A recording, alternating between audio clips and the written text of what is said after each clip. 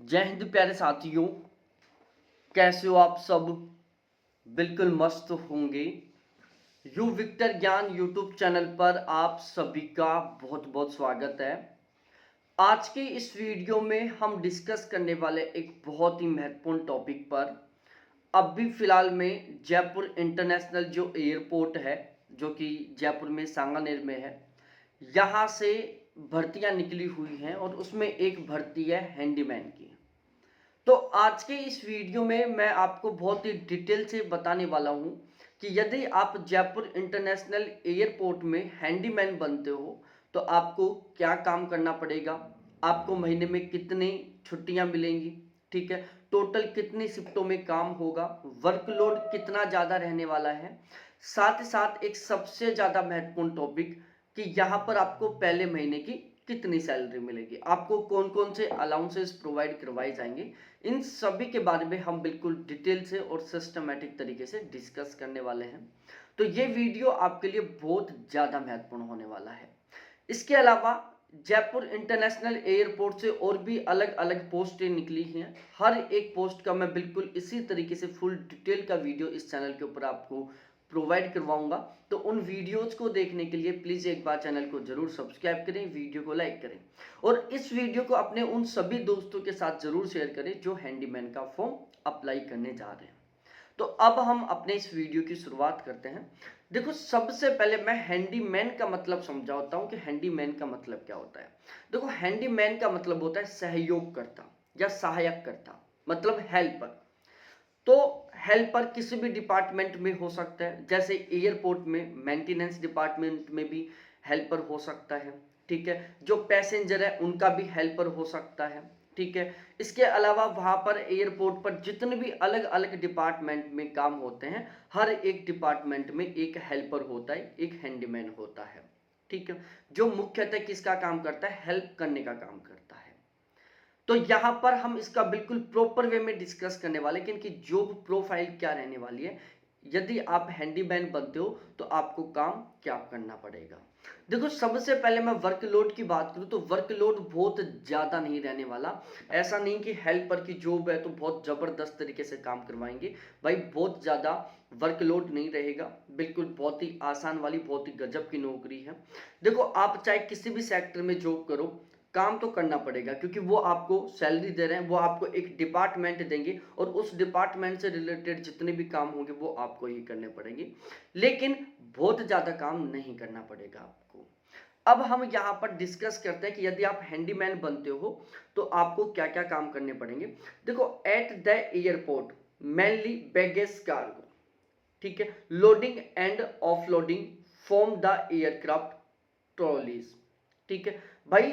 जब एयरक्राफ्ट की लोडिंग होगी, अनलोडिंग होगी, तो उस समय आपको क्या करना होगा, जो बैग हैं, जो ट्रॉलीज हैं, उनको क्या करना होगा, सही ढंग से मैनेज करने का काम करना होगा।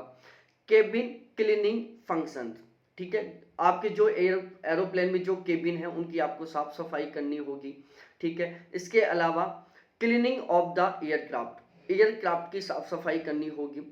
असिस्टेंट टेक्नीशियन, ठीक है, जो वहाँ के टेक्नीशियन हैं एरोप्लेन से रिलेटेड, उनके साथ आपको एज ए हेल्पर काम करना पड़ेगा, ठीक है। व्हील चेयर असिस्टेंट, और वहां पर जितने भी व्हील चेयर हैं उन सभी को आपको एक तरीके से सिस्टमेटिक वे में क्या करना होगा, असिस्टेंट करना होगा। अब ऐसा नहीं कि सभी के सभी काम आपको अकेले को करना होगा, नहीं। जब आपकी यहाँ पर पोस्टिंग होगी तो आपको एक काम दे दिया जाएगा, जैसे आपको काम दे दिया गया है कि आपको व्हील चेयर को असिस्टेंट करना है। अब एयरपोर्ट पर जितने भी व्हील चेयर है उन सभी को असिस्टेंट करने का आपको काम करना होगा, इसके अलावा आपको कोई दूसरा काम करना नहीं होगा, ठीक है। यदि कभी दोबारा से कोई काम बदलता है तो हो सकता है कि जैसे आपको एयरक्राफ्ट क्लीनिंग का काम दे दिया जाए तो आपको फिर केवल एयरक्राफ्ट को क्लीन करने का काम करना होगा, या फिर आपको जो केबिन क्लीनिंग का काम है वो दे दिया जाए तो फिर एरोप्लेन का जो केबिन है उसको साफ करने का आपको काम करना होगा, ठीक है। या फिर आपको लोडिंग ऑफलोडिंग के दौरान जो ट्रॉली बैग वगैरह होते हैं इनको मैनेज करने का काम दे दिया जाए तो केवल आपको वो काम करना होगा, ठीक है, मतलब ये जो अलग अलग मैंने काम बताए इनमें से किसी भी एक काम को आपको करना होगा जो आपको डिपार्टमेंट के द्वारा सौंपा जाएगा। यहाँ पर टोटली कुल मिलाकर 3 शिफ्टों में काम होता है। एक मॉर्निंग शिफ्ट होती है, एक इवनिंग शिफ्ट होती है और एक नाइट शिफ्ट होती है। संडे को यहाँ पर आपका ऑफ रहेगा, लेकिन वो इस तरीके से रहेगा, रोटेशन बेस पर रहेगा। ठीक है, हर एक संडे को आपका ऑफ नहीं रहने वाला, लेकिन संडे को ऑफ रहेगा, वो रोटेशन तरीके से होगा। जैसे इस मंथ में आपको इस संडे को ऑफ मिल गया तो अगले संडे को आपको ऑफ नहीं मिलेगा, फिर आपको अगले वीक में किसी और दिन ऑफ मिलेगा। ठीक है, मतलब टोटली कुल मिलाकर वीक में आपको एक दिन की छुट्टी मिलने वाली है। तो ये आपको अच्छे तरीके से काम समझ में आ गया होगा। बहुत सारी अलग अलग आपको फैसिलिटीज प्रोवाइड करवाई जाएंगी, जैसे मेडिकल की फैसिलिटी, आप या आपकी फैमिली में कोई भी कैंडिडेट बीमार हो जाता है तो उनका बिल्कुल फ्री इलाज होगा।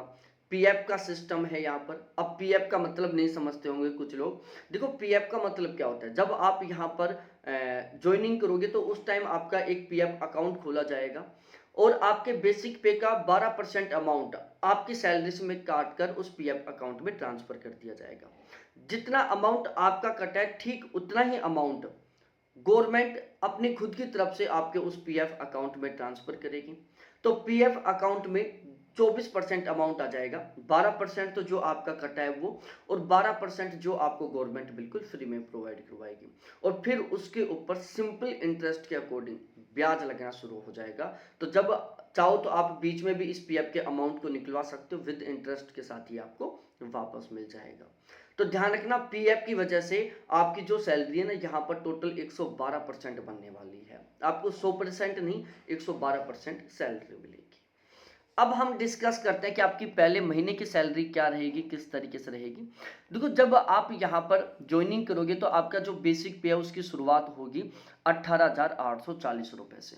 पहले महीने का आपका जो बेसिक पे है वो 18,840 रुपए रहेगा। फिलहाल में जो डीएनएस अलाउंस महंगाई भत्ता है उसकी रेट 50% है, तो 50% के अकॉर्डिंग आपको डीए मिलेगा। तो 9,420 रुपए आपका डीए हो जाता है। जयपुर में 18% एचआरए मिल रहा है फिलहाल में, कुछ समय बाद में ये बढ़कर 20% हो जाएगा। तो 18% के अकॉर्डिंग 5,652 रुपए आपको एचआरए के मिलेंगे।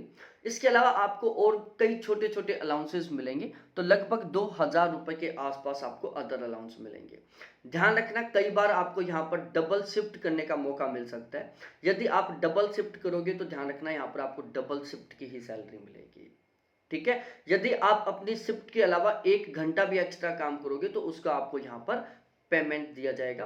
कभी कभार हो सकता है आपको डबल शिफ्ट में काम करना पड़े, तो डबल शिफ्ट में जब आप काम करोगे तो आपको एक शिफ्ट की एक्स्ट्रा सैलरी मिलेगी।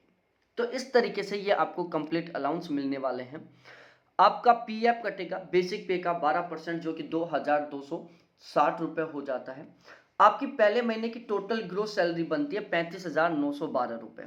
कितनी? 35,912 रुपए, जिसमें से 2,260 रुपए आपके पीएफ के कट जाते हैं।